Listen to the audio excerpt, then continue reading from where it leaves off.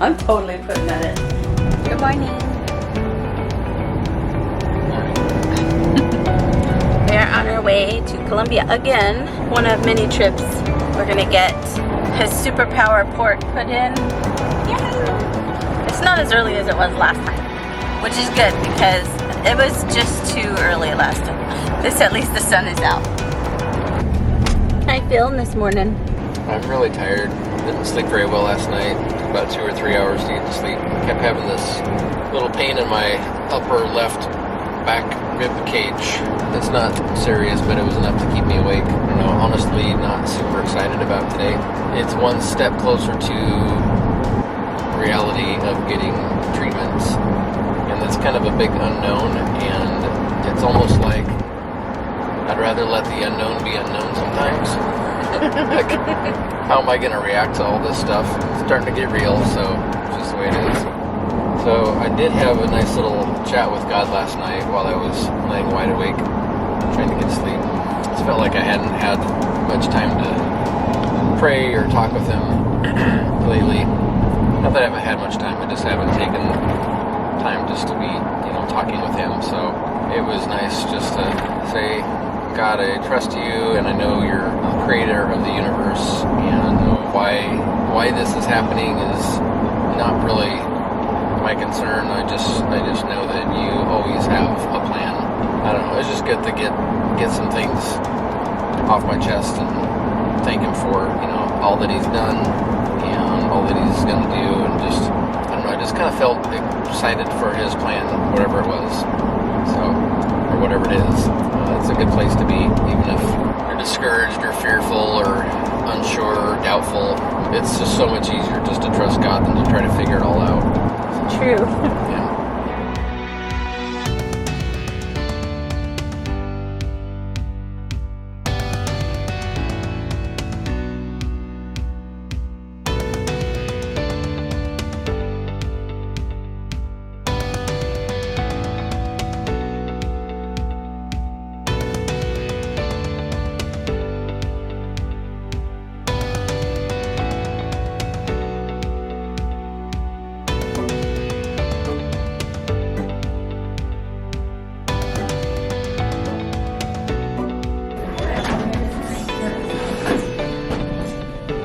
Sticker. I'm official. On the edges, you can feel that underneath the skin. They'll feel this, or you'll feel them touching the skin here. They'll be feeling, and they can feel these little ridges, and they know dead center is how you can access it. Okay, and so then this is piece, fully inside. Yes. That's not sticking out. No. This is all inside you. Got it. And this will sit right above the big vessels that feed to the heart. Okay. So you won't see any of that. Only thing you will see when it's accessed is this little piece hanging out, and that's how they'll give you your chemotherapy. And then when your treatment is done, they take this out, give you a little Band-Aid until the next time.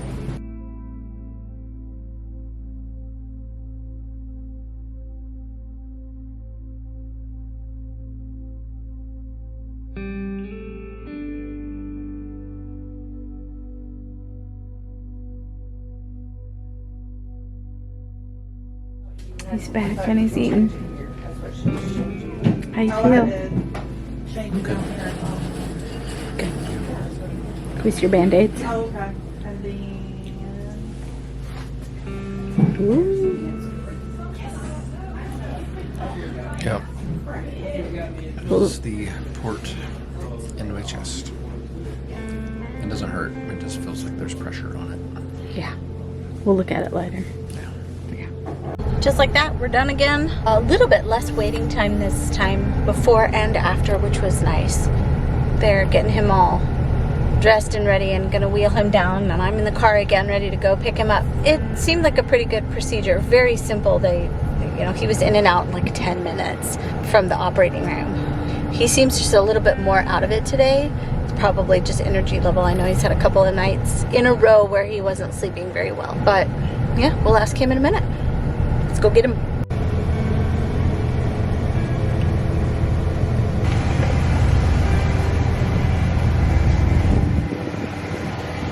Hey, Becca. What's up?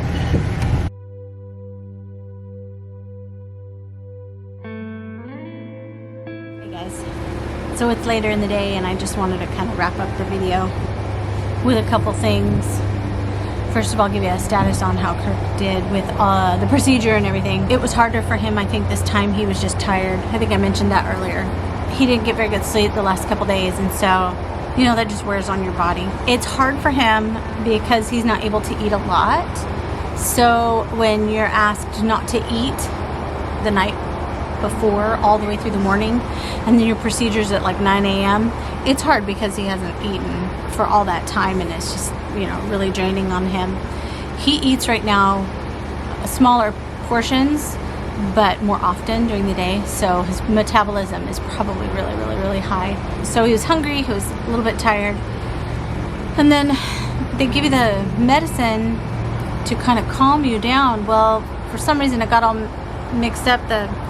Where they put it in, it had like spilled out. Port or whatever it's called was faulty, and so it didn't actually get in him. And the gal who was kind of overseeing that said that she put another round in, but she's not sure how much he actually got, which didn't affect like his pain level or anything like that, just kind of how relaxed he was during the procedure. All of those things combined, and then the long drive home and the heat, I think that doesn't help. But he came home and took about a 4-hour nap, so he's awake now and in the other room, and now he's experiencing pain at the site where they put it in. Because he can't take ibuprofen, which is really the only thing that kind of kicks his pain, he can only take Tylenol, and that doesn't really do anything for him. So he's just got pain in this incision site and where the port has been put in. So he's just resting on the couch right now.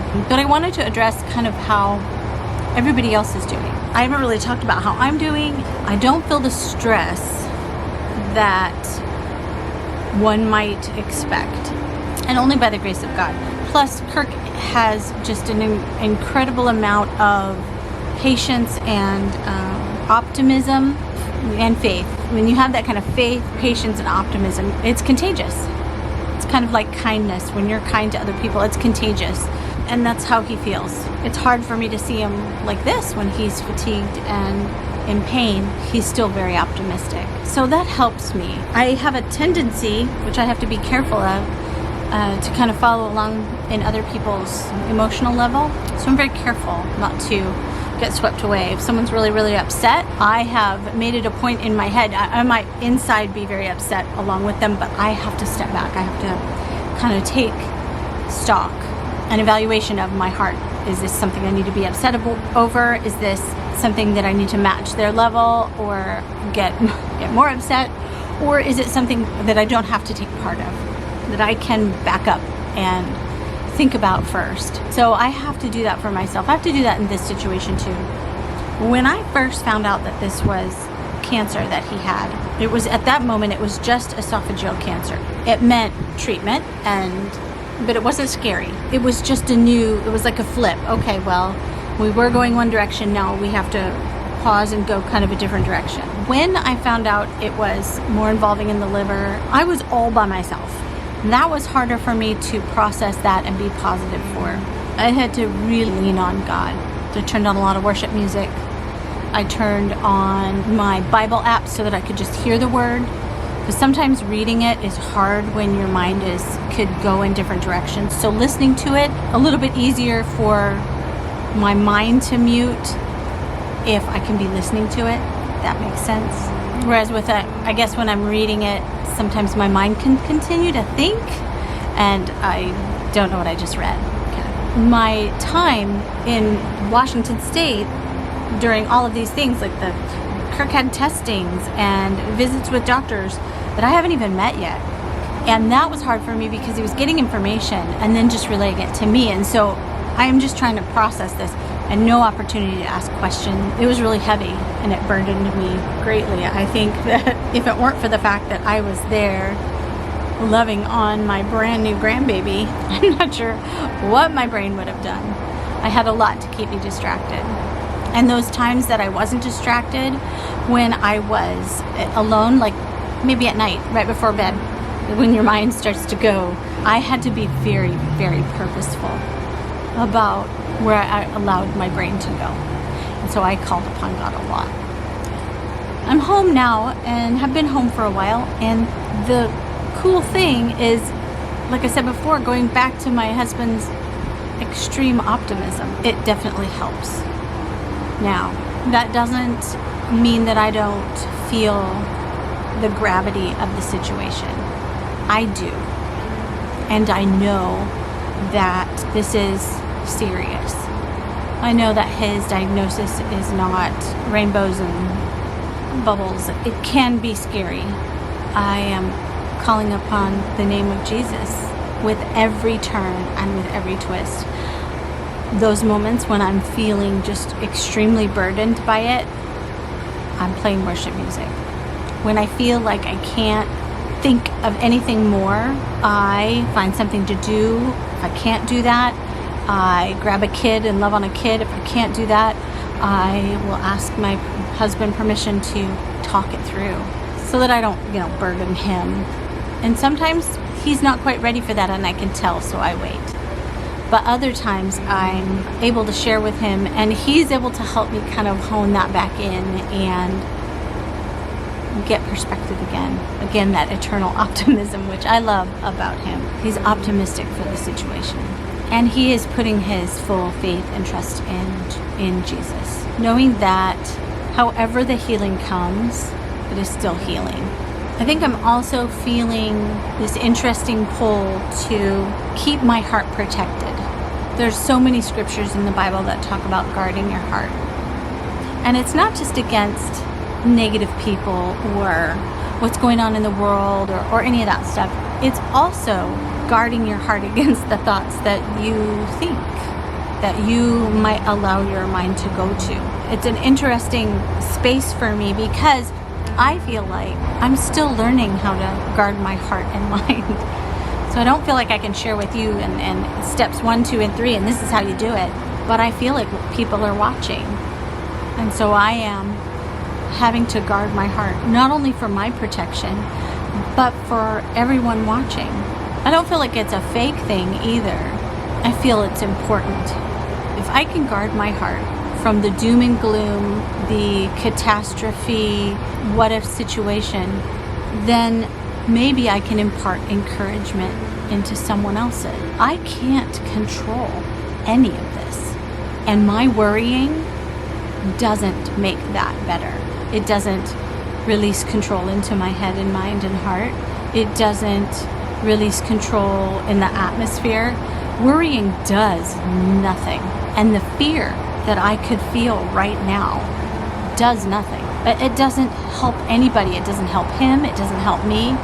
It doesn't help my children. It doesn't help anybody else watching or listening or watching my life. So I have to guard my heart. I have to protect my heart. I have to take every thought captive and then lay that at the feet of Jesus, knowing that he is faithful. In the grand scheme of things, he is sovereign. I trust his sovereignty wholeheartedly. So with all that said, that's kind of how I'm doing. I still have moments where I get really burdened. I've had several moments of just uncontrollable tears. I am allowing myself to feel all the feels. We still joke, we still laugh, living our life like normal. Just allowing ourselves to live our life as normally as possible, knowing that when chemo starts, things will change. How are other people doing? We have some loving family members who can't be here with us right now. And I can tell that this is really hard for them. So I am praying for them daily. Our immediate family that lives in the house right here, right now, they are doing okay. We're all banding together. We're all speaking life and not death. We are being encouragers. When someone's feeling worried, we're rallying with them against the spirit of fear.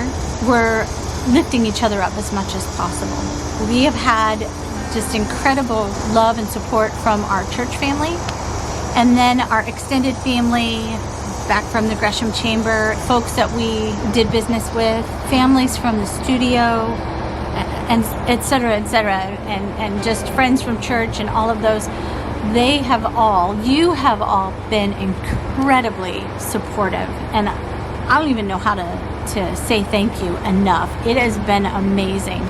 We have been blown away and blessed by the amount of love and support, people sharing their own journeys with us, people who've been giving us helpful hints, people just been saying that they're praying for us, or their heart is with us, and we are genuinely touched by that. And so thank you.